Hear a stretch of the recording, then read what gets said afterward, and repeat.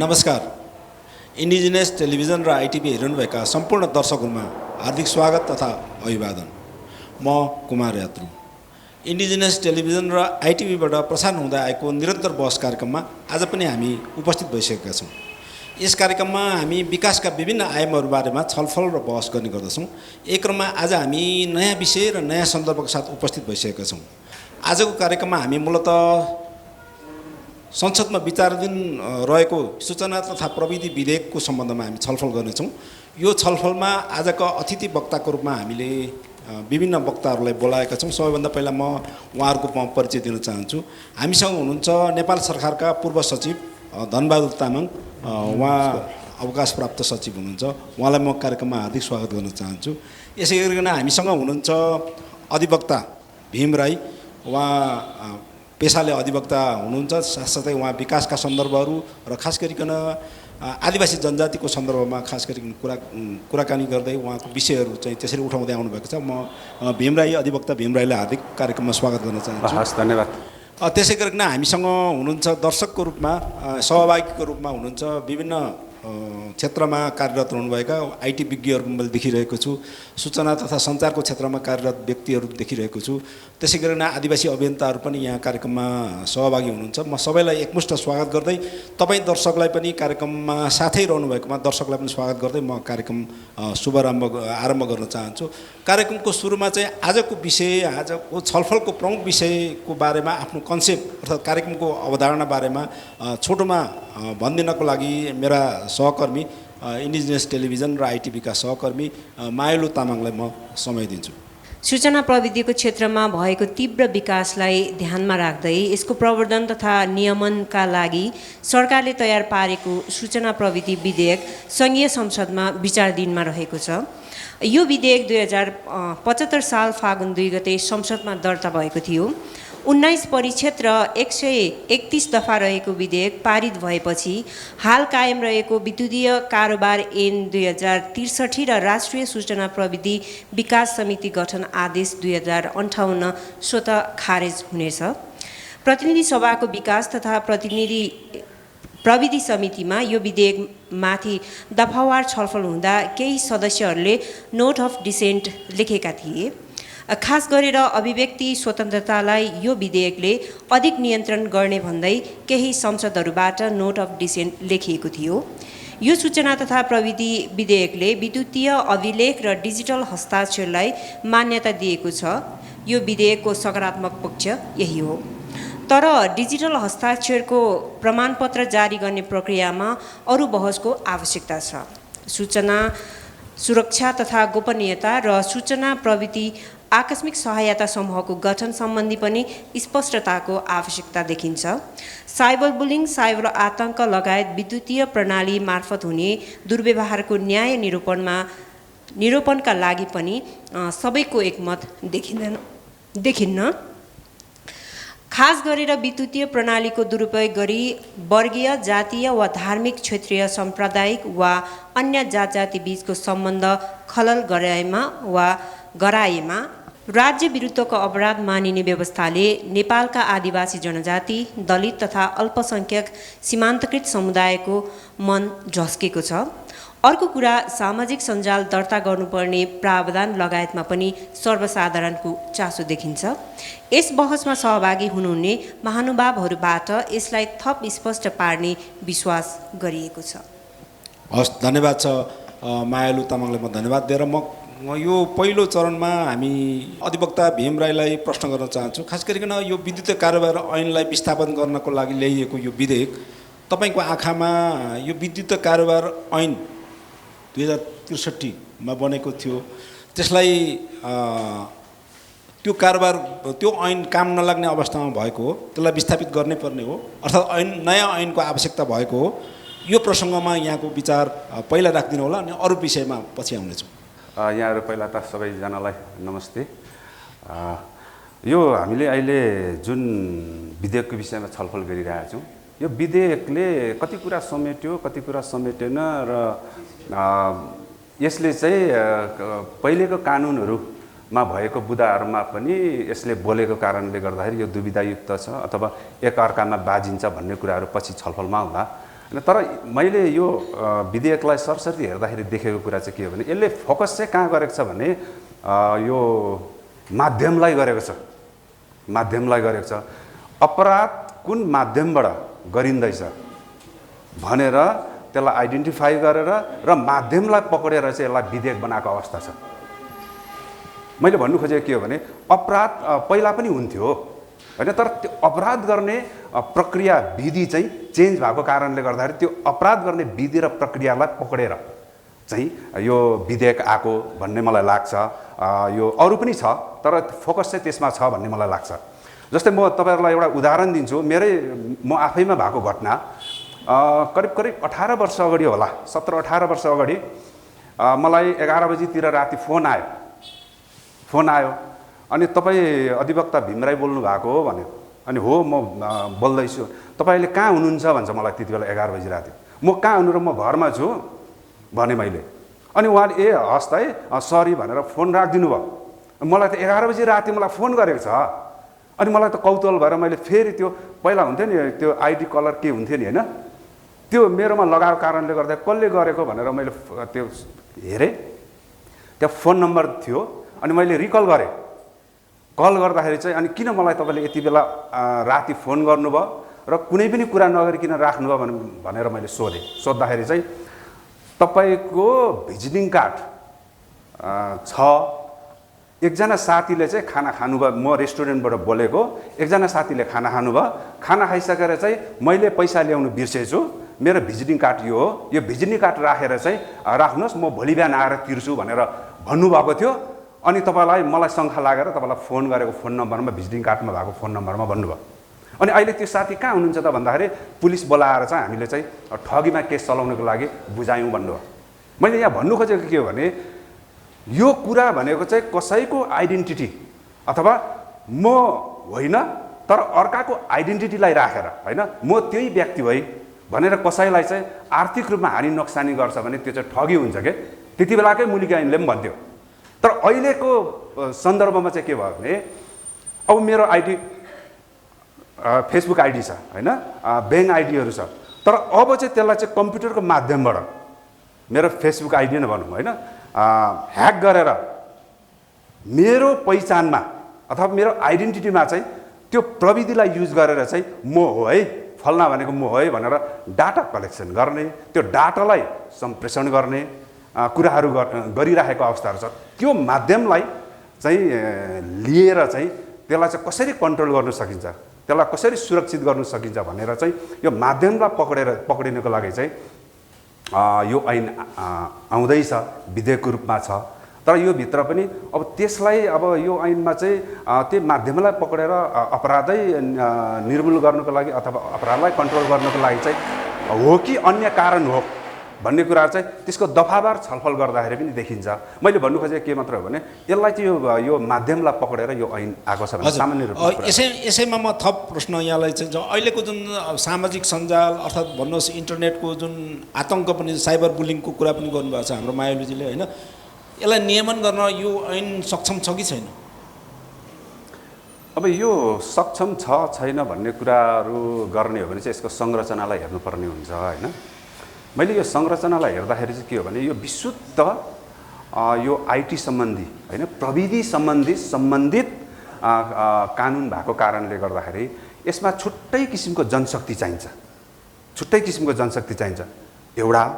र अर्को कुरा चाहिँ के छ भने यो ऐनलाई राम्रोसँगले कार्यान्वयन गर्नको लागि चाहिँ त्यस्तै किसिमको चाहिँ जनचेतना होइन, जनचेतनाहरू पनि चाहिन्छ, जनचेतना नभइकन हुँदैन। र अर्को कुरा चाहिँ छुट्टै किसिमको यो विशेष ऐन भएको कारणले गर्दाखेरि विशेष ऐनलाई कार्यान्वयन गर्नका लागि चाहिँ संरचना पनि त्यस्तै चाहियो।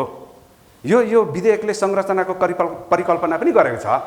यो छुट्टै किसिमको चाहिँ टेक्नोलोजीसँग सम्बन्धित कानुन भएको कारणले गर्दाखेरि यसलाई अध्ययन गर्ने, अनुसन्धान गर्ने र फैसला गर्ने अथवा यो मुद्दामा चाहिँ प्रक्रियाहरूलाई चाहिँ अगाडि बढाउनको लागि चाहिँ छुट्टै किसिमको चाहिँ अदालत गठन गर्ने भनेर परिकल्पना पनि गरिएको छ। र कल्पना गर्दाखेरि चाहिँ यसमा चाहिँ राजनीतिक नियुक्ति पनि हुने भन्ने पनि देखिएको कारणले गर्दाखेरि अहिले जनमानसमा चाहिँ के पनि देखिएको छ भने होइन यो अदालत अहिले हुन त गठन भएको छैन, यो जिल्ला अदालतले हेरिरहेको छ, सम्बन्धित जिल्ला अदालतले। तर जनमानसमा चाहिँ के अहिले पनि पैदा भइरहेछ भने होइन, यो मुद्दा मामिलाहरू छिनोफानो गर्दाखेरि त्यो गठन हुने अदालत सक्षम, स्वतन्त्र र प्रभावकारी हुन्छ कि हुँदैन भनेर क्वेसन उठाउने पनि गरिआएको छ। त्यो कारणले गर्दाखेरि मैले 3वटा कुरा भने, एउटा यो संरचनाको कुरा गरेँ, संरचना सक्षम छ कि छैन क्वेसन उठेको छ। अर्को कुरा त्यो मुद्दा मामिलालाई चाहिँ छिनोफानो गर्नको लागि त्यस्तै किसिमको शक्ति जनशक्ति चाहिन्छ, छुट्टै जनशक्ति। अर्को कुरा चाहिँ यो समाजमा लागू गर्नको लागि चाहिँ फेरि जनता पनि सचेत बनाउनको लागि राज्यले चाहिँ के कस्तो कुराहरू चाहिँ अगाडि ल्याइरहेको छ, किनभने जनतालाई सचेत नबनाइकन यो कानुन लागू पनि पर्फेक्ट रूपमा लागू हुन सक्छ। डिजिटल साक्षरताको कुरा भयो। म अरू प्रसङ्गमा पछि आउनेछु। अहिले म हाम्रो पूर्व सचिव धनबहादुर तामाङ हुनुहुन्छ, उहाँ यो सम्बन्धी उहाँको क्षेत्र पनि हो, उहाँ अरू मन्त्रालयमा पनि बस्नुभएको कारणले गर्दाखेरि तपाईँको आँखामा चाहिँ यो विधेयक कस्तो लाग्छ? पहिलो प्रसङ्गमा, पहिलो सन्दर्भमा यो बारेमा तपाईँको आफ्नो धारणा बताइदिनुहोस्। धन्यवाद यात्रु सर। सर्वप्रथम यो कार्यक्रममा चाहिँ आमन्त्रण गरेर आफ्नो विचार राख्ने जुन मौका दिनुभयो त्यसको लागि धन्यवाद दिन चाहन्छु। अब वास्तवमा यो ऐन चाहिँ नै मैले सरसर्ती हेर्दाखेरि यसको नाम नै त्यति मिलाई देखिँदैन। अब यसलाई सूचना तथा प्रविधि विधेयक भनिएको छ। कानुन बन्दाखेरि सूचना तथा प्रविधि कानुन बन्ने हो, ऐन बन्ने हो। त्यो ऐन हुन जान्छ। तर यसको सूचना र प्रविधि मात्रै भन्दाखेरि यो सूचना प्रविधिको चाहिने जुन टेक्नोलोजी सम्बन्धी कम्पनीहरू, टेक्नोलोजी सम्बन्धी चाहिने विभिन्न अध्ययन अनुसन्धानका चाहिने विषयहरू, यी कुराहरू मात्रै बुझिने हुनाले अब यसको नाम चाहिँ केही चेन्ज गर्नुपर्ने देखिन्छ। जस्तै यसलाई चाहिँ सूचना प्रविधि र विद्युतीय कारोबार र अभिव्यक्ति सम्बन्धमा व्यवस्था गर्नु बनेको ऐन भन्ने, के अरे विधेयक भन्ने कि अब अथवा यस्तै जे होस्, त्यसको जुन विषय छ त्यो विषय चाहिँ नै त्यो विधेयकको चाहिँ शीर्षकले समेट्नुपर्छ भन्ने मलाई लाग्छ। हजुर, एउटा त्यो छ। अब दोस्रो मैले सरसर्ती हेर्दाखेरि चाहिँ अब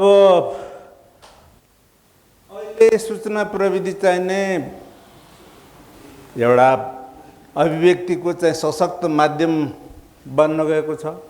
विभिन्न सोसियल मिडियाहरू, अनलाइन चाहिने पोर्टलहरू र इमेल, इन्टरनेटदेखि लिएर अन्य थुप्रै कुराहरूले गर्दाखेरि इभेन चाहिने किताबहरू समेत डिजिटल्ली, किताब पत्रिका समेत डिजिटल्ली पढ्ने, लेख्ने इत्यादि कुराहरू हुन्छ। अब त्यसको साथसाथै विभिन्न ब्याङ्किङ कारोबारहरू भयो।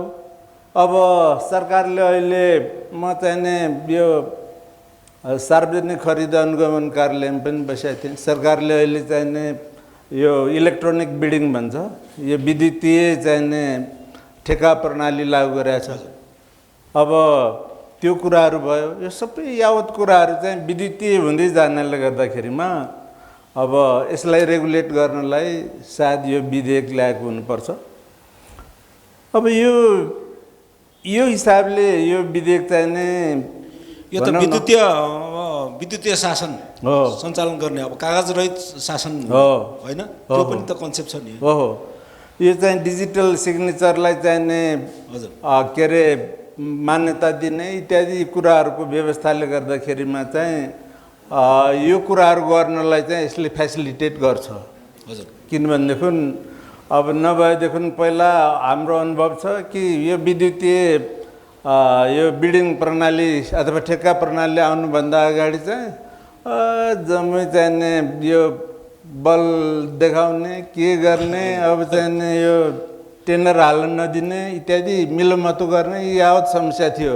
कब्जा गर्थे, कब्जा गर्ने यो समस्या चाहिँ त्यसले गर्दा चाहिँ हल भएको छ। त्यो स्थिति छ। अब त्यसको लागि पनि यो खाले ऐन त चाहिन्छ नै।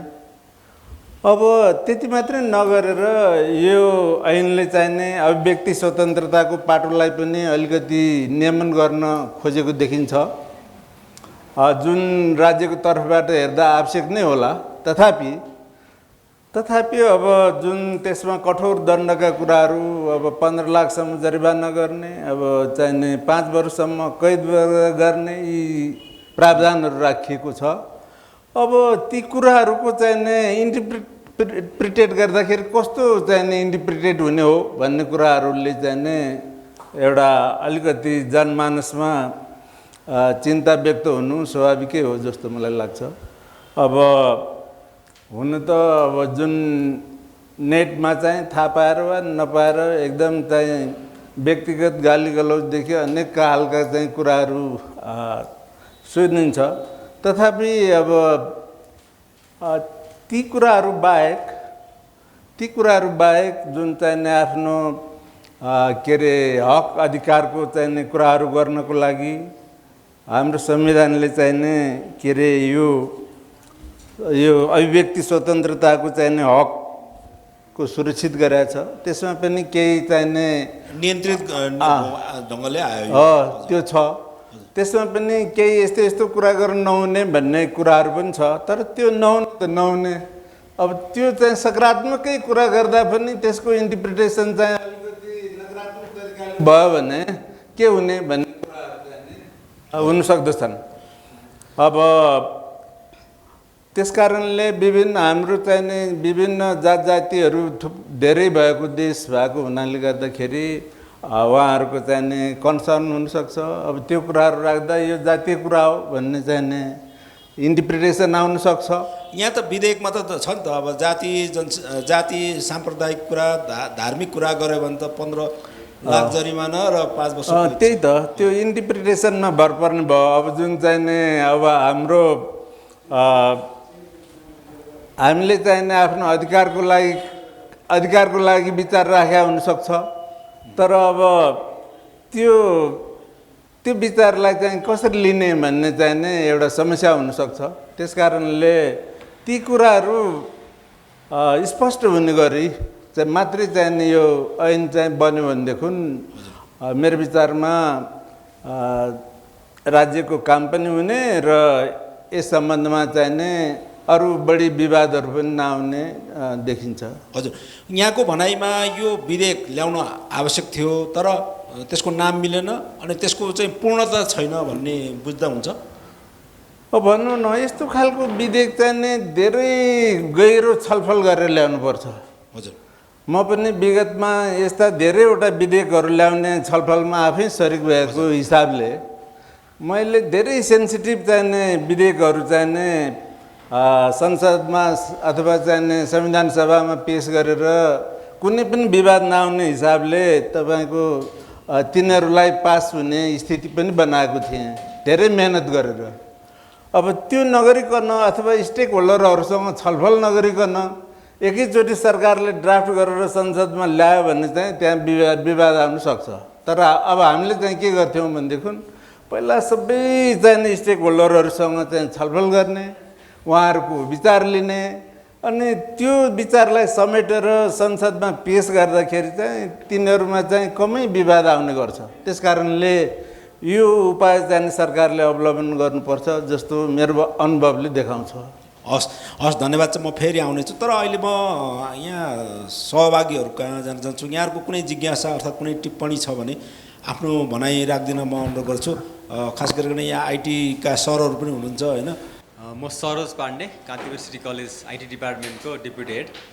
यसमा अब विधेयकमा म एउटा कुरा सुनेको चाहिँ यो जुन तरिकाको क्राइम हुन्छ त्यो क्राइम जस्तो एक्जिस्टिङ क्राइम जस्तै बलात्कार अथवा त्यो क्राइम भन्दा पनि यो आइटीको क्राइममा चाहिँ धेरै कारबाहीको रूप चाहिँ धेरै ठुलो छ भन्ने एउटा कुरा मैले सुनेको थिएँ। हजुर, उहाँहरूले पनि टिप्पणी त्यही गर्नुहुन्छ। त्यसमा चाहिँ रेपिस्ट भन्दा एउटा साइबर क्राइम गर्नेले चाहिँ सोसियल मिडियामा लेख्नेको चाहिँ बढी छ अरे कानुनी उसमा। त्यो कतिको सत्य हो अथवा त्यो चाहिँ राइट हो कि होइन त? इन्डिभिजुअल रूपमा यसमा यति छ यसमा यति छ भन्दाखेरि पनि समग्र रूपमा भन्ने हो भने चाहिँ सरले उठाउनु भएको क्वेसनलाई नै आधार मानेर भन्ने हो भने एक किसिमले तपाईँले भन्नुभएको जायज पनि छ।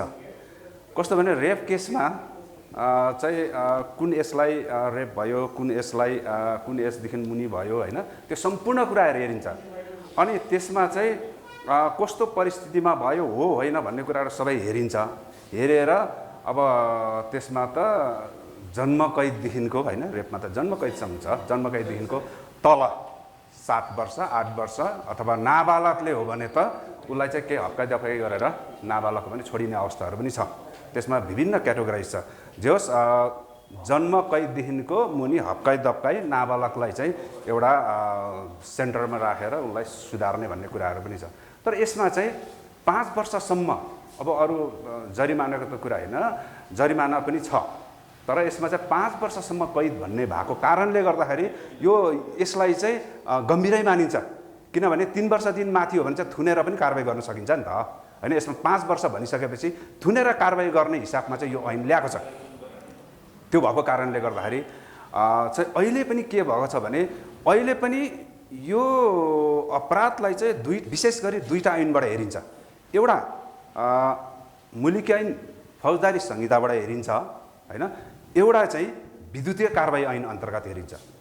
तर मुलुकी ऐनले पनि यसलाई समेट्दा पनि किन विद्युतीय कारोबार ऐन अन्तर्गत जान्छ भन्दाखेरि चाहिँ सजाय विद्युतीय कारबाही ऐन अन्तर्गत चाहिँ 5 वर्ष, करिब 5 वर्ष छ भने यता मुलुकी ऐनमा चाहिँ विद्युतीय कारोबारबाट चाहिँ यो अपराध गर्यो भने चाहिँ थप 1 वर्ष भनेर 3 वर्षसम्म छ क्या त्यहाँ चाहिँ। त्यो भएको कारणले गर्दाखेरि अपराधलाई चाहिँ केन्द्रबिन्दुमा राखेर पनि यो मुद्दा पर्ने कामहरू भइरहेछ अहिले नेपालको हाम्रो यो अभ्यासमा चाहिँ अहिले पनि जरिमाना अथवा कैदलाई हेरेर नै मुद्दा पर्ने भएको कारणले गर्दाखेरि यहाँहरूले उठाउनु भएको चाहिँ यो जरिमाना र कैदको कुरा पनि जेन्युन हो के।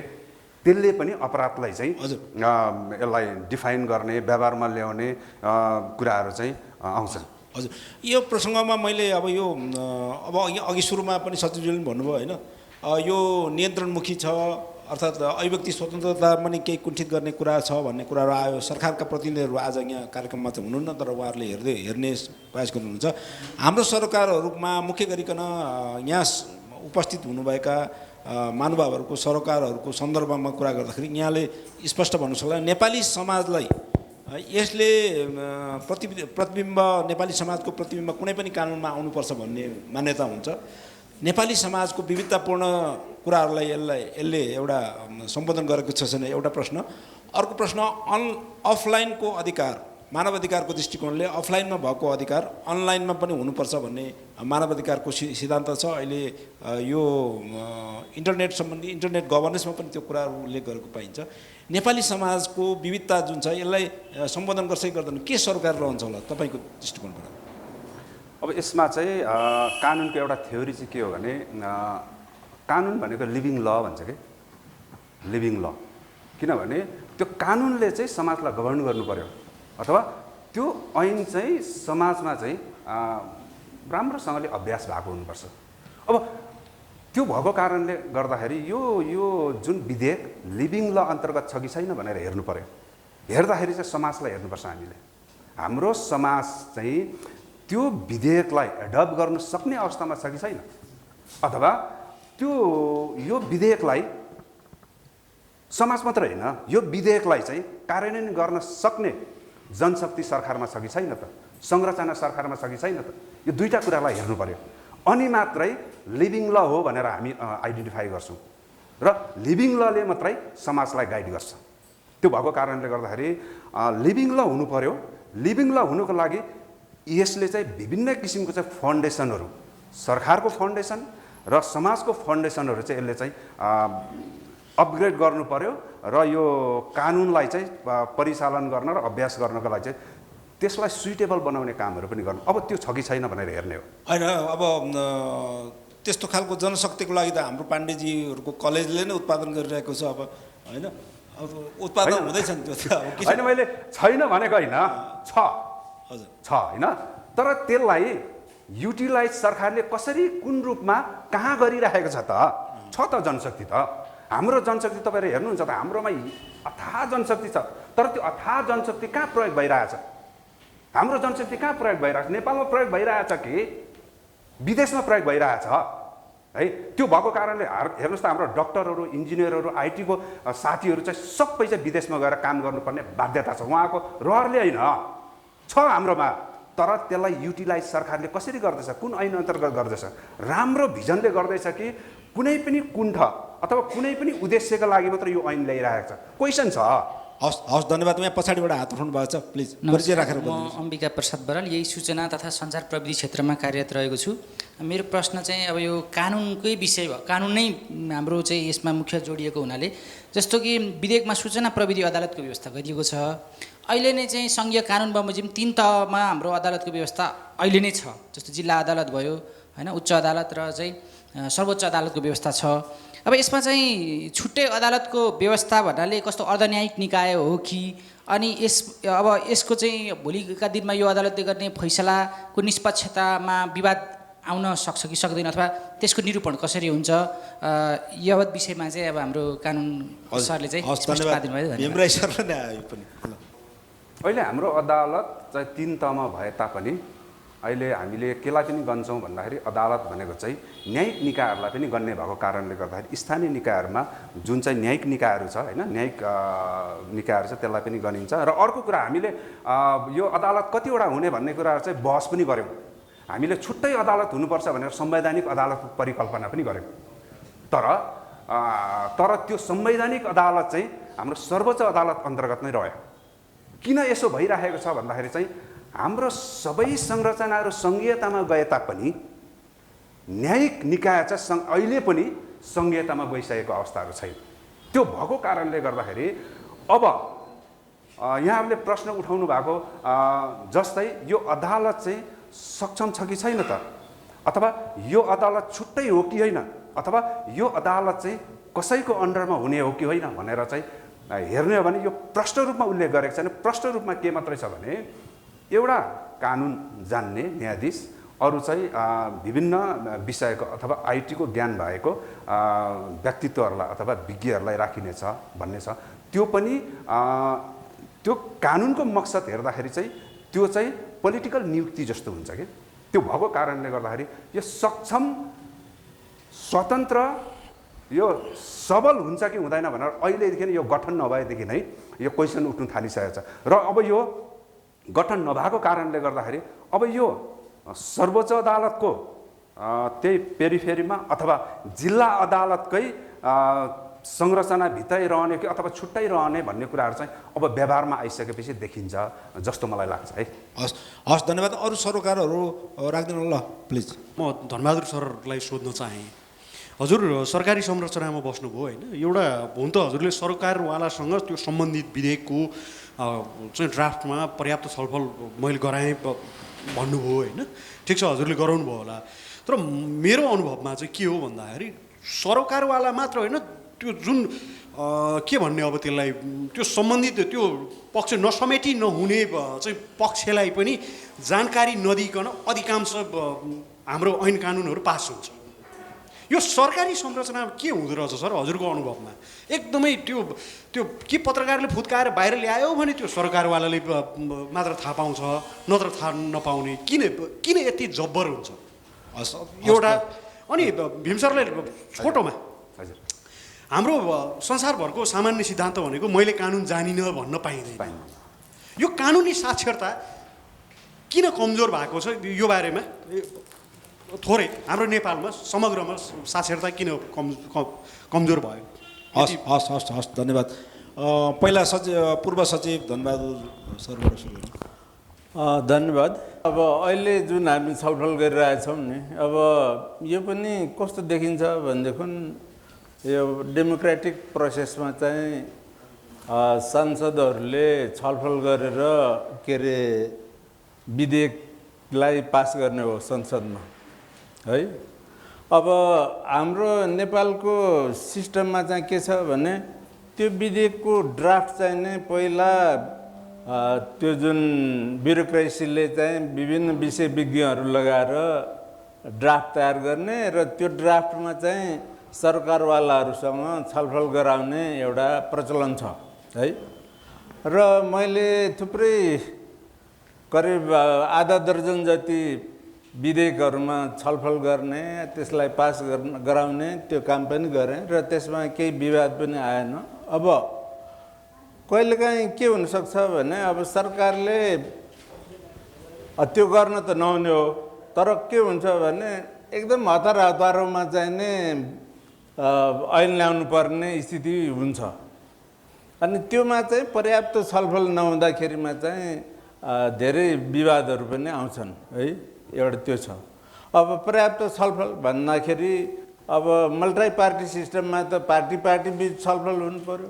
अब त्यहाँको जनताहरू जुन स्टेक होल्डरहरू हुन्छ उहाँहरूसँग छलफल गर्नु पर्यो। अब सकिन्छ भने चाहिँ नि अब इन्टरनेटको जमाना छ, नेटमै राखेर चाहिँ नि अब यसमा के गर्ने हो भन्ने हिसाब गरेर चाहिँ नि उ गरेर त्यसको चाहिँ नि गर्न पनि सकिन्छ। अहिले प्रविधिले त्यो पनि एलाउ गर्छ, किनभने बृहत्तर जनसहभागिता भन्ने कुरो छ, त्यो पनि हुन्छ होइन। त्यस कारणले अब अहिले हामीले जुन प्रक्रिया अपनाइरहेछौँ छलफलको, यो अलि उल्टो भयो होला। अब किनभने त्यहाँ संसदीय समितिले पास गरिसकेको भन्ने कुरा छ यो होइन। अब प्रजातान्त्रिक सिस्टममा त के हुन्छ भन्दाखेरि त्यो लबिङ भन्छ नि, अमेरिकाको संसदमा चाहिँ कङ्ग्रेसमा भयो विभिन्न लबीहरू हुन्छ। त्यहाँ बाहिरको कुनै चाहिने इन्ट्रेस्ट छ भनेदेखि सांसदहरूलाई बुझाउनको लागि अब त्यहाँ प्रवेश गरेर सांसदहरूको फुर्सद भएको बेलामा त्यहाँ चाहिने यस्तो कुरा गर्नु पर्यो भन्ने चाहिने व्यवस्था हुन्छ है। अब हामी कहाँ त्यो प्र्याक्टिस छ छैन, अब मलाई पनि राम्रो थाहा छैन। अब त्यसो हुनाले गर्दाखेरि जे भए पनि अहिले हामीले जुन छलफल गरिरहेका छौँ त्यो भनेको चाहिँ नि एक प्रकारको सांसदहरूलाई सल्लाह दिने भनौँ न, अलि ढिलै भए पनि सल्लाह दिने हिसाबको कुरा हो। अब किनभने प्रजातन्त्रमा त के हुन्छ, हामीले भोट दिएर छानिसकेपछि उहाँले भनेको कुरालाई हामीले हुँदैन भन्नु मिल्दैन। अब त्यहाँ त्यो कुरा त्यहाँनिर छ। त्यस कारणले अब कहिलेकाहीँ त्यस्तो हुन जाने भनेको अब त्यो सरकारले विभिन्न कारणवश हतारमा गर्दा हुने हो। तर थुप्रै कानुनहरू चाहिँ एकदम बृहत छलफल गरेर नै गरिन्छ र त्यो कानुनहरूमा खासै त्यस्तो विवाद सिर्जना हुने त्यस्तो पनि गराइ देखिँदैन। किनभने कानुन त यो आइटी मात्रै होइन नि, तमाम कानुनहरू हामीले बनाएका छौँ। हस् धेरै धन्यवाद। आफ्नो सरकार राख्दिन, म अधिवक्ता भीम राईलाई अनुरोध गर्छु। खास गरिकन कानुनी साक्षरताको कुरा गर्नुभयो, हामी डिजिटल साक्षरताको कुरा गरिरहेका छौँ। कानुनी साक्षरता पनि चाहिन्छ सँगसँगै होइन। यो हजुरले यो कुरा उठाउनु भएको छ, यो हाम्रो यो चाहिँ कानुनको अज्ञानता क्षम्य नहुने भन्ने कुरा होइन। यो चाहिँ हाम्रो सिद्धान्तै भन्छ। यो सिद्धान्त कसरी आयो त भन्दाखेरि चाहिँ राज्यको दायित्व तोकेर आयो क्या। कानुनको अज्ञानता क्षम्य हुँदैन भनेको चाहिँ के हो भने सबैले आफूलाई आवश्यक पर्ने न्यूनतम अथवा सामान्य कानुनको ज्ञान चाहिँ जनताहरूले राख्नुपर्छ। र जनताहरूले कसरी राख्ने भन्दाखेरि चाहिँ सरकारले त्यो ज्ञान दिने माध्यमहरू चाहिँ सरकारले दिनुपर्छ। तर हाम्रो नेपालमा हेर्नुभयो भने अब डिजिटल त कुरै छोडिदिउँ होइन, मुलुकी ऐन कति छापिन्छ त? मुलुकी ऐन कति छापिन्छ? हामीलाई अति आवश्यक पर्ने सामान्य ज्ञान भनेको मुलुकी ऐन हो। मुलुकी ऐन कतिवटा छापिन्छ? 1 लाख 2 लाख, त्योभन्दा बढी छापिँदैन। हाम्रो जनसङ्ख्या कति छ भन्नुहोस् त? 3 करोड बढी छ। अब भन्नुहोस् हाम्रो यो कानुनको अज्ञानता क्षम्य हुँदैन भनेर चाहिँ व्यवहारमा हामीले कुन नैतिकताले व्यवहारमा उतार्न सक्छौँ? अब अस्ति कुरा आयो, एकजना बहिनीलाई रेप भयो होइन, 8 वर्ष पहिले। ऊ चाहिँ नाबालक थियो। उसलाई अहिले आएर थाहा भयो कानुनको हिस्ट्री अथवा कानुनको ज्ञान अहिले आएर थाहा भयो। तर उसको अब कानुनमा के छन्, 1 वर्ष मात्र हदम्याद छ, उसको हदम्याद गयो। अब के गर्ने? ऊ अन्य सहेर बस्ने? त्यो कारणले गर्दाखेरि यो कानुनको अज्ञानता क्षम्य हुँदैन भन्ने यो जुन सिद्धान्त छ, सिद्धान्तलाई व्यवहारमा उतार्नको लागि चाहिँ हाम्रो सरकारले के गरेको छ त? त्यो केही पनि गरेको छैन। त्यो कुरा त अस्तिको त्यो हाम्रो के बहिनी पो भन्नुहुन्थ्यो नाम, जस नाम नलिउँ, तर त्यो समाजमा आएको कारणले गर्दाखेरि मैले भन्नु खोजेको मात्र हो। समाजमा त्यो छरपष्ट आइरहेको छ। त्यो बहिनीले पनि कुरा उठाउनु भयो। अब त्यसलाई चाहिँ त्यसलाई चाहिँ परिपूर्ण कसले गरिदिने? किनभने जनताको ज्यान धन हरेक कुराहरूको सुरक्षा गर्ने दायित्व त राज्यको नि। अब राज्यले गर्ने कि कसले गर्ने उसलाई परिपूर्ण? त्यो प्रश्न चाहिँ आइरहेको अवस्थाहरू छ। त्यो कारणले गर्दाखेरि कानुनको अज्ञानतालाई चाहिँ हामीले नर्मल्ली बुझियो भने चाहिँ हामी चाहिँ अन्यायमा पर्छौँ। त्यो अन्यायको लागि चाहिँ सरकार जिम्मेवारी हुने कि नहुने त? यो सूचना र प्रविधि भनेको अहिलेको युगमा आएर यो सूचना र प्रविधि यति खतरनाक भयो कि यो चारैतिर मुख हुन्छ, चारैतिर ढार हुन्छ, जता पनि काट्छ, यसले जसलाई नि काट्छ। यो जता पनि काट्ने भएको कारणले यो सबैतिर मुख सबैतिर चाहिँ ढार हुने भएको कारणले यो राज्यहरूले निश्चित जस्तै अहिले यहाँ विधेयकमै आयो, हामी आदिवासीहरूलाई नै फर्काएर सिद्ध्याउने खालको चाहिँ यहाँ तपाईँको यहाँ सजायहरू तोकिया छ। यो भएको कारणले किनकि नेपाल भनेको बहुल राष्ट्रिय देश हो, नेपाल भनेको बहुल संस्कृति भएको देश हो, नेपाल भनेको बहुल राजनीतिक विविधताहरू भएको देश हो। त्यसैले यो जातीय द्वेष फैलायो भने 15 लाख जरिवाना 5 वर्ष जेल लगायत यहाँ तमाम चाहिँ तपाईँको कानुनी व्यवस्थाहरू गरिएको छ। भनेपछि यो सूचना र प्रविधि हामी आदिवासीहरूले विरोध गरेको चाहिँ होइन। सूचना र प्रविधिले हामीले सम्मान गर्छौँ, यसलाई हामी उपयोग पनि गर्छौँ।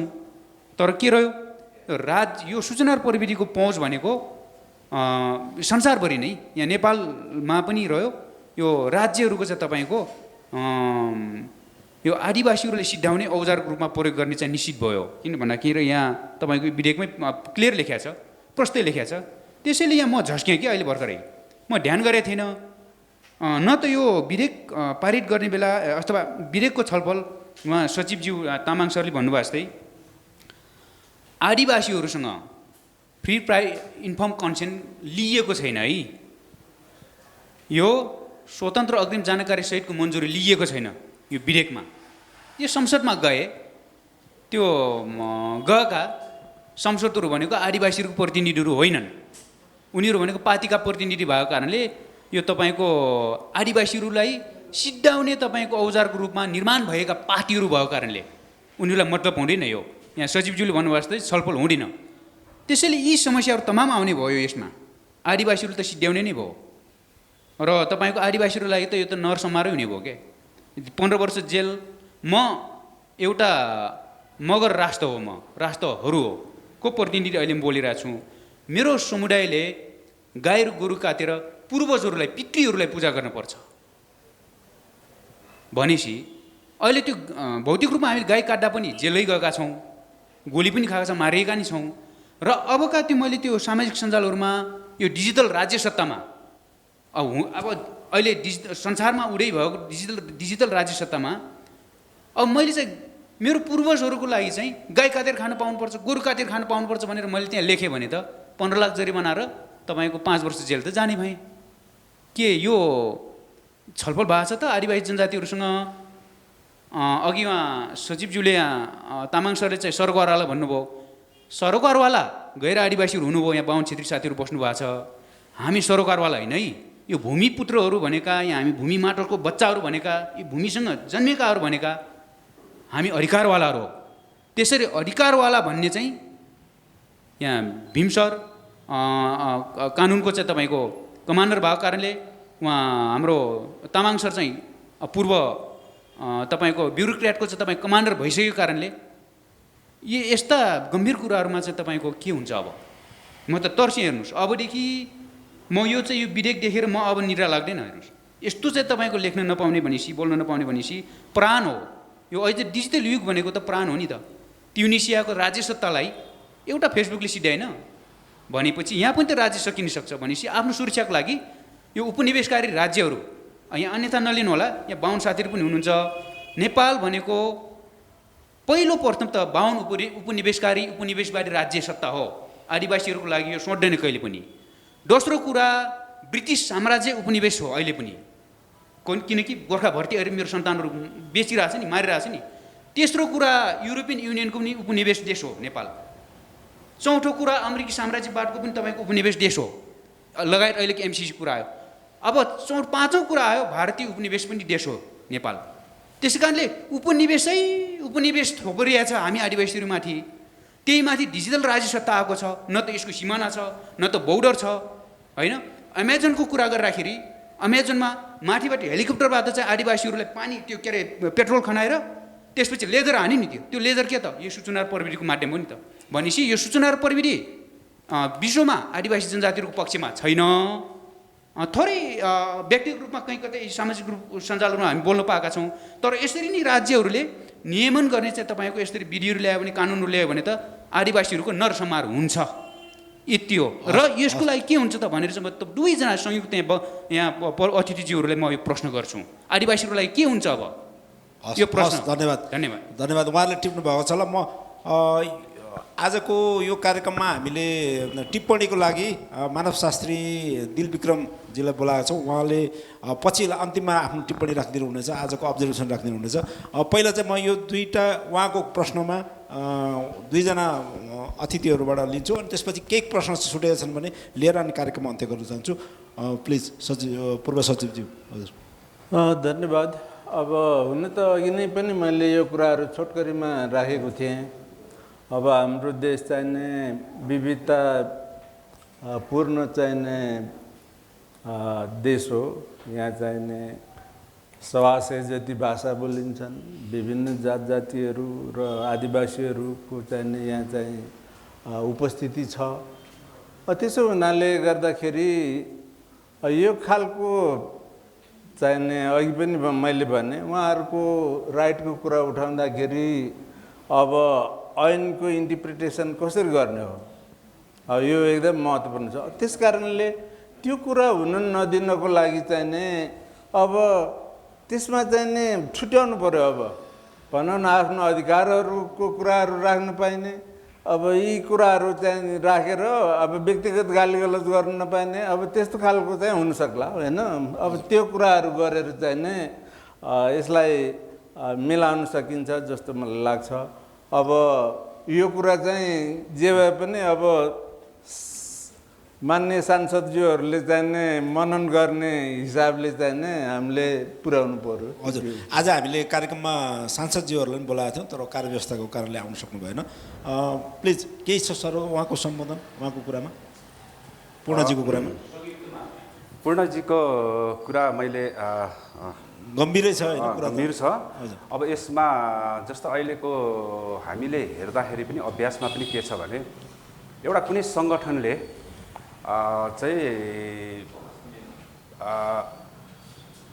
सङ्गठनले चाहिँ के गर्यो भने हाम्रो यो देशमा हाम्रो भाषा पनि समान रूपमा चल्नुपर्छ होइन, हामीले पनि यो देशमा चाहिँ हाम्रो अस्तित्व देखाउनका लागि हामीले हरेक कुराहरूमा चाहिँ सहभागिता चाहियो भनेर एउटा सङ्गठन निर्माण गर्नुभयो। त्यो सङ्गठन निर्माण गर्नुभएको कारणले गर्दाखेरि उहाँहरूले चाहिँ सङ्गठनको गतिविधिहरू अगाडि बढाउने क्रममा झडपहरू पनि भयो। तर त्यो झडपहरू भइरहेको थियो, त्यसलाई चाहिँ यो अहिले के भन्दो रहेछ भने अन्डरग्राउन्ड होइन, त्यो कामहरू भइरहेको थियो। तर उनीहरूले उठाउनु भएको चाहिँ के मात्र थियो भने हामीलाई समान अधिकार चाहियो, हामीलाई भाषा पनि चाहियो, हामीलाई प्रतिनिधित्व पनि चाहियो, हाम्रो सहभागिता राज्यमा चाहियो भनेर उठाउनु भएको थियो। तर त्यसलाई चाहिँ मिसइन्टरप्रिटेसन गरेर चाहिँ प्रहरीले पक्रेर राजद्रोहको मुद्दा लगायो। त्यो चाहिँ कहाँ रिलेट गर्यो भन्दाखेरि चाहिँ संविधानको धारा 17मा, संविधानको धारा 17मा के छ भने अभिव्यक्तिको स्वतन्त्रता छ होइन, विचारको स्वतन्त्रता छ। तर भनेर चाहिँ के भन्छ भने जात जातिमा चाहिँ अथवा जात जातिमा चाहिँ द्वेष फैलाउने कामहरू गर्नु भएन, अथवा राज्यको अखण्डता होइन अनि राज्यको गोप्यता बाहिर ल्याउनु भएन भन्ने कुराहरू छ। त्यसको आधारमा चाहिँ मुद्दा चलाइयो। त्यो चलाउँदाखेरि चाहिँ एउटै इस्युमा 3वटा मुद्दा चलाइयो, उहाँहरूले खेप्नुभयो। अर्को कुरा चाहिँ के हो भने पूर्ण भाइले इङ्गित गर्नु खोजेको कुरा चाहिँ के लाग्छ भने यहाँनिर चाहिँ विभिन्न किसिमको चाहिँ विकासको नाममा चाहिँ आरक्षणको नाम आरक्षण होइन त राष्ट्रिय निकुञ्जको नाममा चाहिँ विभिन्न किसिमको कामहरू भइरहेछ। त्यो विभिन्न किसिमको कामहरू हुँदाखेरि चाहिँ आदिवासी जनजातिहरूलाई चाहिँ भूमिबाट विस्थापन गर्ने कामहरू भइरहेछ। त्यसको विरुद्धमा आवाज उठाउँदाखेरि सरकारले सुनिदिँदैन। सरकारले नसुनिसकेपछि त्यो परियोजनामा लगानी गर्ने लगानीकर्ताहरूलाई चाहिँ निवेदनहरू पनि गर्न आवश्यक हुन्छ अथवा अन्तर्राष्ट्रिय क्षेत्रमा मुद्दा गर्नुपर्ने अवस्थाहरू पनि आउन सक्छ। त्यसो गर्दाखेरि चाहिँ राज्यको के डर हुन्छ भने राज्यको सूचना चुहायो है अन्तर्राष्ट्रिय सङ्गठनलाई अथवा राज्यको गोप्य कुराहरू चाहिँ अथवा अखण्डताको कुराहरू चाहिँ गरे है भनेर मुद्दा चलाउन सक्ने अवस्थाहरू छ हैन। त्यो आशंकाको कुराहरू छ। अघि पनि सरले भन्नुभयो यसलाई मिसइन्टरप्रिटेसन गरेर चाहिँ यसलाई चाहिँ सरकारी निकायहरूले चाहिँ यसलाई मिसयुज गर्न सक्ने विभिन्न धेरै आधारहरू पनि छ। हस् धन्यवाद छ। जस्तै हाम्रो सामाजिक सञ्जालमा चाहिँ अहिले हामीले हेर्न सक्छौँ सामाजिक अभियन्ताको नाममा चाहिँ कसैको चारित्रिक हत्या गर्ने कामहरू पनि धेरै भइरहेको छ। यसलाई चाहिँ हाम्रो यो नयाँ विधेयकमा चाहिँ केमा समेटिएको छ र कसरी समेटिएको छ भनेर चाहिँ मेरो छोटोमा भन्ने हो भने यसमा चाहिँ के हो भने यसलाई चाहिँ यो विधेयकमा पनि समेटेको छ अनि मुलुकी अपराध संहितामा पनि समेटेको छ। अनि यसमा चाहिँ विशेष गरेर चाहिँ यो विधेयकको चाहिँ मलाई लाग्छ धारा 47 तिर समेटेको छ हैन। त्यसमा चाहिँ के भन्छ भने कुनै पनि यो विद्युतीय माध्यमबाट चाहिँ कसैलाई कसैको नैतिकतामा हैन उसको मान सम्मान आइडेन्टिटीमा चाहिँ उनले चाहिँ यो माध्यम प्रयोग गरेर चाहिँ उसलाई अवहेलना गर्नु हुँदैन, गाली बेइज्जती गर्नु हुँदैन। त्यो गर्यो भने चाहिँ मुलुकी ऐनमा थप व्यवस्था छ सजायको र यसमा पनि व्यवस्था गरेर यसैमा मेरो सानो कमेन्ट मात्रै यहाँलाई सजिलो होस् भनेर अपराध संहितामा जुन व्यवस्था छ गाली बेइज्जती अथवा अरू जुन मुद्दाहरू छ फेरि त्यसलाई नै सम्बोधन गरी त्यसलाई खप्टिने गरी अर्को कानुन ल्याउनु पाउँछ पाउँदैन। जस्तो अब त्यसलाई त्योसँग बाजिने गरी जस्तो यसमा बाजियो नि त यो ऐनमा त यो विधेयक अहिलेको रिसेन्टलाई हेर्दाखेरि चाहिँ यो विषयमा चाहिँ दुईटा ऐन चाहिँ सँगसँगै गइराखेको देखिन्छ। एउटा चाहिँ मुलुकी अपराध संहिता गइराखेको देखिन्छ, एउटा चाहिँ विद्युतीय कारोबार ऐन 2063 यो सँगसँगै गइरहेको छ। अनि यो जाँदाखेरि चाहिँ अदालतले चाहिँ कति यो दुईटै अप्सन छ भने यो हुनु त तपाईँले भन्नुभएको जस्तो यो धेरै यो यसमा मात्रै नै धेरै ऐनहरूमा यस्तो कुराहरू छ। तर अदालतले चाहिँ के भन्छ भने दुईवटा अप्सन चाहिँ जनताहरूलाई उपचार खोज्ने अप्सन छ भने उसले जुन अप्सन सजिलो लाग्छ त्यो अप्सन चाहिँ प्रयोग गरेर मुद्दा गर्न सकिन्छ भन्छ। जस्तै यो चेक बाउन्सको कुराहरू धेरै आउँछ हैन। चेक बाउन्समा चाहिँ हामी लेनदेनबाट पनि जान सक्छौँ, ब्याङ्किङ क्षेत्रबाट पनि ब्याङ्किङ कसुर तथा सजाय ऐनबाट पनि जान सक्छौँ र अर्को चाहिँ हामी चाहिँ यो विनिमय ऐनद्वारा पनि जान सकिन्छ। यो तीनवटा तरिकाबाट जान सकिन्छ। तर हाल आएर चाहिँ अदालतले के भनेको छ भने यो ब्याङ्किङ भन्दाखेरि पनि विनिमय ऐन र यो लेनदेनबाट आउँदाखेरि चाहिँ राम्रो हुन्छ, यो पीडितले चाहिँ न्याय पाउँछ। हस् धन्यवाद। अब यो म कार्यक्रमको एकदम समयको कारणले टुङ्ग्याउन चाहन्छु। हामीसँग हुनुहुन्छ सुरुदेखि नै एकजना मानवशास्त्री हुनुहुन्छ, युवा अध्येता दिलविक्रम आङदेमे। उहाँ यस सम्बन्धी अध्ययन अनुसन्धान गर्ने खास गरिकन समाजसँग सम्बन्धित विषयमा गर्ने। तपाईँलाई यो छलफल सुनिरहँदाखेरि कस्तो लाग्यो? तपाईँको आफ्नो विचार राख्दैन म आग्रह गर्छु एकदम छोटोमा संक्षिप्तमा, अनि म कार्यक्रम अन्त्य गर्छु।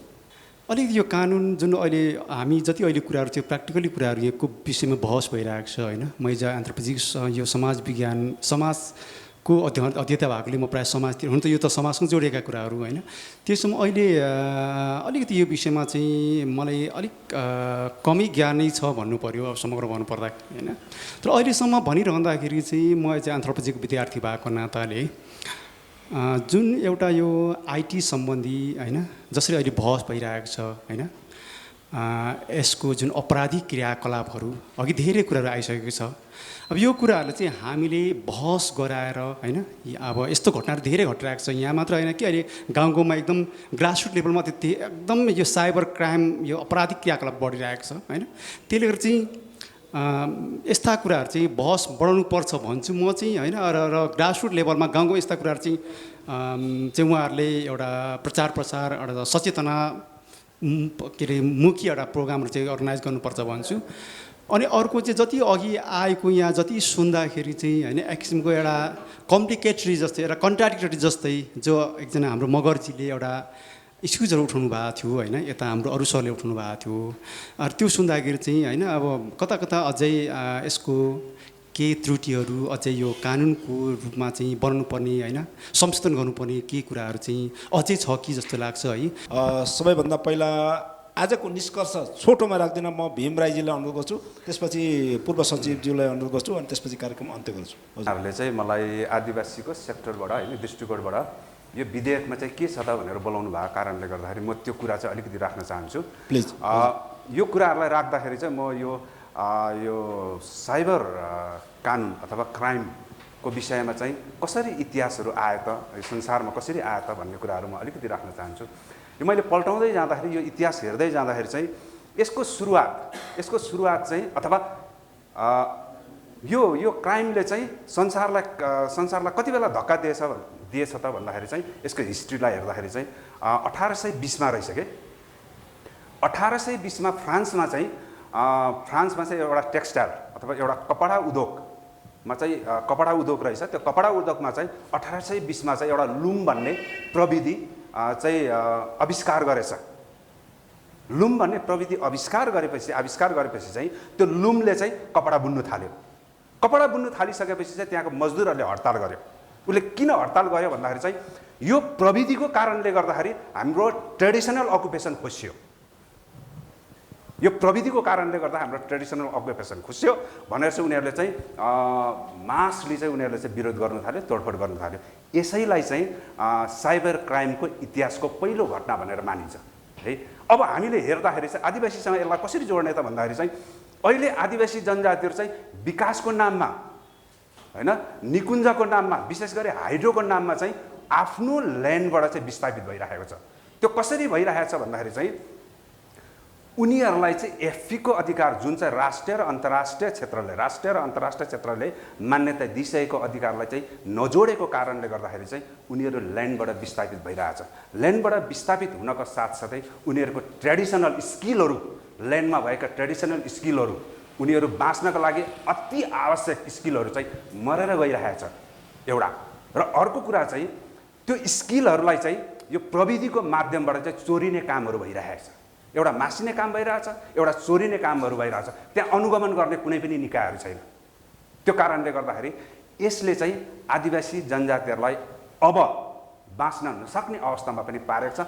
मैले एउटा उदाहरण मात्र के हो भने उनीहरूले के गर्छ भने हाइड्रोले के गर्छ भने तपाईँहरूको जग्गा दिनु पर्यो, तपाईँहरूको जग्गामा यस्तो बाटोहरू बनिन्छ, फल्ना देशमा यस्तो छ भनेर कम्प्युटरबाट देखाइन्छ। कम्प्युटरबाट स्केच गरेको चाहिँ फोटोकपीहरू बाँडिन्छ। उनीहरूलाई चाहिँ त्यो कम्प्युटराइजबाट चाहिँ आकर्षण गरेर चाहिँ उनीहरूलाई चाहिँ ठगिरहेको अवस्थाहरू छ। अनि उनीहरूले हो जागिर पाउँछ ठुलो ठुलो हस्पिटल बनेपछि जागिर पाइहाल्छ नि, ठुलो ठुलो चाहिँ यहाँनिर चाहिँ कल कारखानाहरू खोलिन्छ जागिर पाइहाल्छ नि, विद्युत आएपछि भनेर चाहिँ उनीहरूले चाहिँ कम्प्युटरमा त्यो क्रिएट गरेको नक्साहरू देखाएर चाहिँ उनीहरूको जग्गाहरू लगिरहेको अवस्थाहरू छ। यसलाई अब यो विधेयकभित्र पार्ने कि नपार्ने त पारिएन भने स्वतः आदिवासी जनजाति अब पनि पछाडि पर्छ। अलिकति मैले छोटाएँ। अब त्यो भएको कारणले गर्दाखेरि यसलाई एफपीलाई पनि त्यसमा गाँसेर कसरी आदिवासी जनजातिहरूको ट्रेडिसनल भूमिलाई चाहिँ जोगाउन सकिन्छ भनेर यो विधेयकमा परेको छैन, पार्नुपर्छ एउटा। र अर्को कुरा चाहिँ यसले टार्गेट गरेको चाहिँ जसले चाहिँ सञ्चारको माध्यम प्रयोग गरेर भोइसलेसहरूको चाहिँ भोइस उठाउन खोजिरहेको छ नि, त्यसलाई पनि यसले चाहिँ मार्न खोजेको छ। जस्तै तपाईँहरूको युट्युबबाट फेसबुकबाट चाहिँ विभिन्न यो चेतनामूलक कामहरू चाहिँ अगाडि ल्याइरहेको अवस्थाहरू छ यो सञ्चार माध्यमबाट। अब त्यसलाई चाहिँ बोट बिरुवामै मार्दैछ दर्ता गर्नुपर्ने अवस्था भएको कारणले गर्दा। त्यो कारणले त्यो छ एउटा। अर्को कुरा यसलाई नियमन गर्नु पर्यो। अर्को कुरा चाहिँ म एउटा घटना सुनाउँछु। सिडिओ कुनै ठाउँको सिडिओ म आफै संलग्न छु। कुनै ठाउँको सिडिओले चाहिँ ल हाइड्रोमा चाहिँ हाई टेन्सनमा चाहिँ विवाद भयो, तपाईँहरू आउनुहोस् भनेर चाहिँ सदरमुकाममा हामीलाई बोलायो। तर बोलाइसकेपछि सदरमुकाममा चाहिँ साथीहरू जानुभयो। सदरमुकाम त्यो घटना घट्ने ठाउँमा चाहिँ सिडिओ र डिएसपी गएर चाहिँ रुखहरू ढाल्न थाल्यो, घरहरू भत्काउन थाल्यो। अब त्यहाँनिर एउटा आइपिएचआरडी हुनुहुन्थ्यो, मानव अधिकार प्रतिरक्षक। उहाँले अब रोक्ने कुरा त आएन। अनि उहाँले चाहिँ भिडियो खिच्नुभयो।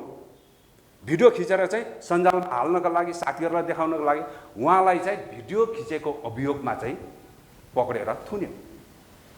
अब त्यो भएको कारणले गर्दाखेरि यसलाई चाहिँ चेक एन्ड ब्यालेन्स गर्नको लागि यसमा आइटीको साथीहरू, आदिवासी जनजातिहरू, पत्रकारहरूलाई पनि संलग्न राखेर उहाँहरू सरकारवाला पनि हुनुहुन्छ, अधिकारवालाहरू पनि हुनुहुन्छ, यसमा चाहिँ छलफल गराएर मात्रै विधेयक ल्याउनुपर्छ। अरू देशमा यस्तै छ, यसमा हात उठाऊ हस् भन्ने भनेर चाहिँ यो ऐन पास भएको चाहिँ कहीँ पनि देखिँदैन, छलफलै भएर पास भएको देखिन्छ। यहाँ चाहिँ हतार हतार एउटा कुनै पनि एउटा इन्ट्रेस्टले गर्दा हतार हतार पास भइरहेको छ। हतार हतार 4 वर्ष भइसक्यो, 5 वर्ष भइसक्यो। हस्, धन्यवाद। अन्तिममा केही छ हजुर? हजुर तपाईँले अब अन्तमा चाहिँ के छ भन्दाखेरि सरकारले ल्याउने जुनसुकै विधेयक भनौँ त्यो जनताको हितको लागि ल्याउने हो, न कि जनतालाई तर्साउनु, त्यो हुनु हुँदैन। त्यस कारणले जनताको हितमा ल्याउने जुन चाहिने विधेयकहरू छ त्यसलाई चाहिने लिगल इन्फ्रास्ट्रक्चर पनि भनिन्छ। यो चाहिने पूर्वाधार हो, कानुनी पूर्वाधार, त्यो नभए भने देश चल्दैन। त्यस कारणले गर्दाखेरि यस्तो कुराहरूमा चाहिने पार्टिसिपेटरी एप्रोच अप्नाउनु पर्ने चाहिने एकदम ठुलो जरुरी छ। सरकारवालाहरूसँग, जनताहरूसँग, सम्बन्धित संस्थाहरूसँग, सङ्घ संस्थाहरूसँग सबैसँग चाहिने छलफल गरेर यो ल्याउनुपर्छ। होइन भनेदेखि अब धेरै देशमा अब यो सरकारले ऐनहरू फिर्ता लिनुपर्ने स्थिति पनि आएको छ। तर त्यो नराम्रो स्थिति आउनु दिनुभन्दा आफ्नै जनतालाई हित होस् भनेर सरकारले ल्याउनु खोजेको ऐन अब जनविरोधी त हुनु भएन। त्यस कारणले त्यो कुरामा चाहिने मेरो अनुभवले चाहिँ सरकार अथवा हाम्रो सांसद सबै चाहिने त्यसमा चाहिँ चनाखो हुनुपर्छ जस्तो मलाई लाग्छ। हस् हस्, धन्यवाद छ। आदरणीय दर्शकबिन, आज हामीले सामाजिक सूचना तथा प्रविधि सम्बन्धी विधेयक जुन संसदमा विचाराधीन अवस्थामा रहेको छ त्यस विधेयकका सम्बन्धमा हाम्रो सरोकारहरू राख्ने क्रममा हामीले केही सरोकारहरू यहाँ प्रस्तुत गरेका छौँ। आजको यो छलफल कार्यक्रममा नेपाल सरकारका पूर्व सचिव धनबहादुर तामाङ कार्यक्रममा सहभागी भएर आफ्नो विचार र आफ्नो सूचना र हामीलाई जानकारीहरू प्रदान गर्नुभयो। यसको लागि यो इन्डिजिनियस टेलिभिजन र आइटिभीको तर्फबाट धेरै धेरै धन्यवाद दिन चाहन्छु। त्यसै गरिकन अधिवक्ता भीम राई, उहाँले आफ्नो विज्ञता र आफ्नो सरोकारहरू राखिदिनु भयो, यसको लागि पनि कार्यक्रमको तर्फबाट र यो टेलिभिजनको तर्फबाट धन्यवाद दिन्छु। त्यसै गरिकन तपाईँ दर्शकहरू जुन सहभागीहरू हुनुभयो, आफ्नो विचारहरू राखिदिनु भयो, आफ्नो भनाइहरू राखिदिनु भयो, यसको लागि तपाईँ सहभागी हुनुभएका सम्पूर्ण साथीहरूलाई, महानुभावहरूलाई धन्यवाद दिन चाहन्छु। र तपाईँ दर्शकले पनि हाम्रो कार्यक्रम हेरिदिनु भयो, तपाईँ दर्शकलाई पनि धेरै धेरै धन्यवाद दिएर आजको निरन्तर बहस कार्यक्रम यहीँ टुङ्ग्याउन चाहन्छु। अर्को साता अर्को प्रसङ्ग र अर्को विषयका साथ हामी आउने नै छौँ। अहिलेको लागि भने सम्पूर्ण युनिटका साथ म कुमार यात्रुलाई बिदा दिनुहोस्। नमस्ते।